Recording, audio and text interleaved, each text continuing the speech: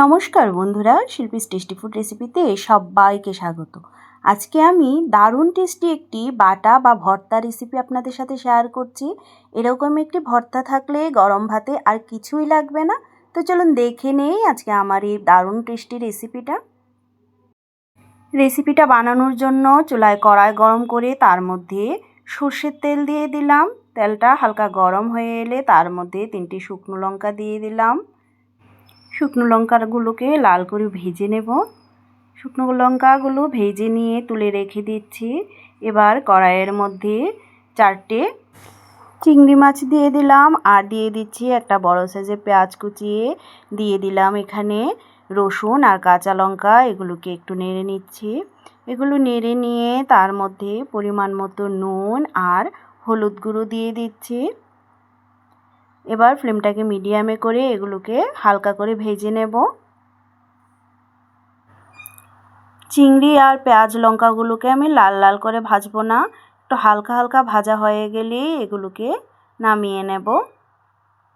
এই অবস্থাতেই আমি এগুলোকে নামিয়ে নিচ্ছি।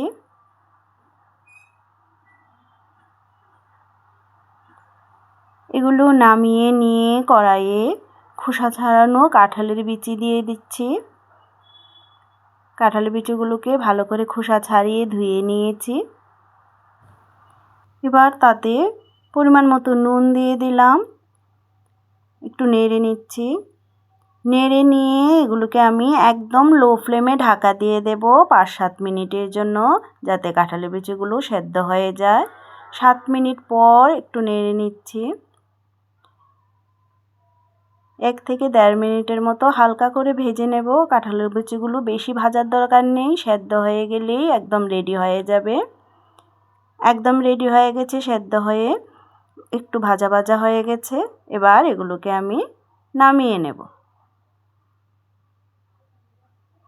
এগুলি নামিয়ে হালকা ঠান্ডা করে নেব।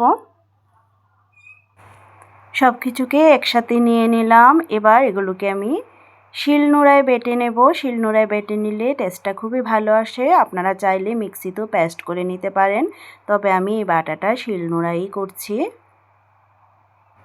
প্রথমে আমি চিংড়ি আর পেঁয়াজ রসুনগুলো বেটে নিচ্ছি, তারপর কাঁঠালের বীজগুলো বাটবো।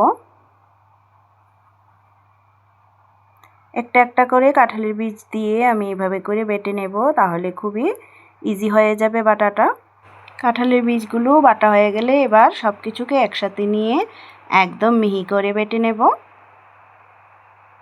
এভাবে করে একবার চিংড়ি দিয়ে কাঁঠালের বীজের ভর্তা বানিয়ে দেখবেন। আশা করি আমার আজকের রেসিপিটা আপনাদের কাছে খুবই ভালো লাগবে। বাটাটা একদম রেডি হয়ে গেছে, এবার তুলে নেব।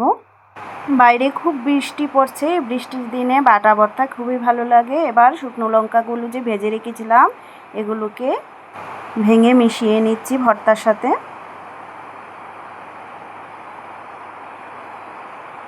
উপর দিয়ে একটু কাঁচা তেল ছড়িয়ে দিলেই রেডি আমার আজকের কাঁঠালের বীজের ভর্তা।